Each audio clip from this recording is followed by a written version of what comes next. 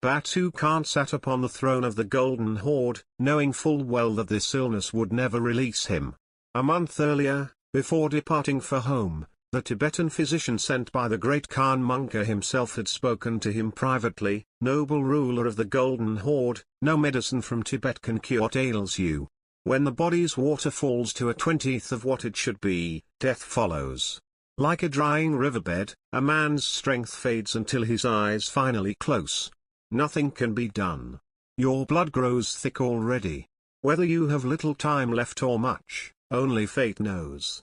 The old healer had delivered this verdict to the Khan in private. Batu neither interrupted him nor showed the slightest unease afterward. He sent the physician home laden with gifts and told no one what he had learned. He continued ruling exactly as before, managing the affairs of the horde, receiving envoys from distant lands, never once loosening his grip on power out of fear of an approaching death. Everything continued precisely as it always had. But what troubled Batu more than the sickness itself was simply knowing, in advance, that his end was coming. It was during these very days of quiet reflection that a great eagle first appeared in the sky above him. Had he known then that this dark bird would become intertwined with his own fate, he might have destroyed it long before. But he did not know. The mighty Batu would come to understand it later, and by then, there would be nothing he could do. There was something else that puzzled everyone around him. Of the 17 sons born to Joshi, Batu was by far the most celebrated and formidable. Everyone knew the Khan was unwell, and so those around him assumed his strange behavior was simply the illness taking its toll.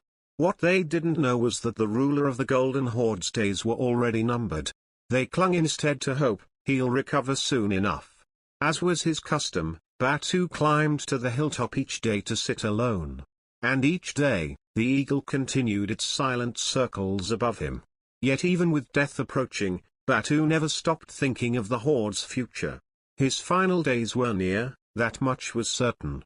What wisdom, what final guidance should he leave for those who would come after him? One day, he summoned Ulagchi, his youngest son born of his wife Deshigat, a tall young man with a strong jaw and an aquiline nose, more resembling the youths of Persia than a typical Mongol. By rights, it should have been Sartak, his eldest son and heir, who received such counsel. But Sartak was absent from the horde, having fallen ill himself and been summoned to Karakorum to attend the great Kurultai. And there was another difference between the two. Ulagchi, whom Batu kept closest to his heart, was a pure Mongol through tradition, while Sartak had embraced Christianity. According to the Yasa, the sacred law laid down by Genghis Khan, the eldest son was meant to inherit the throne, while the youngest was meant to inherit the hearth and household. Though this order was not always strictly followed.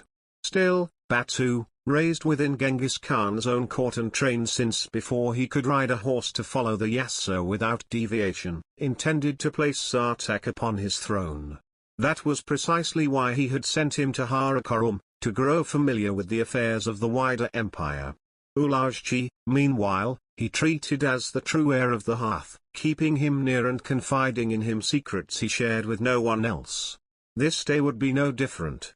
Following his father's gesture, Ulagchi settled cross-legged onto the flat stone at Batu's right side, and felt a quiet swell of pride at being given that place of honor. An eaglet learns to fly by watching what it saw in the nest, Batu began, drawing his story from deep in the past. I was raised more by my grandfather, Genghis Khan, than by my own father Joshi. When I was 7, he would seat me before him on his saddle and show me battlefields littered with the dead, men slaughtered by Mongol hands. And I, naturally, was captivated by the curved blades and short maces of the Mongol commanders. I admired their courage. I longed to become a warrior capable of such conquest myself. Other times, he offered me counsel.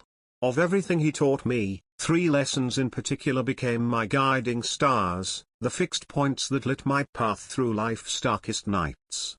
I carried those 3 lessons with me through every perilous campaign I ever undertook. Once, he told me, if a pack of dogs is led by a tiger, in time that pack becomes tigers. But if a pack of tigers is led by a dog, eventually even the tigers become dogs. Those who followed me into battle were like a six-headed dragon, no simple thing to command. And so I made it my purpose to always be the tiger. Perhaps that is why the commanders, warriors, and soldiers who rode beside me became fierce and merciless as tigers themselves. To find out what happens next in Batu Khan's story, subscribe to the channel and stay tuned for the continuation.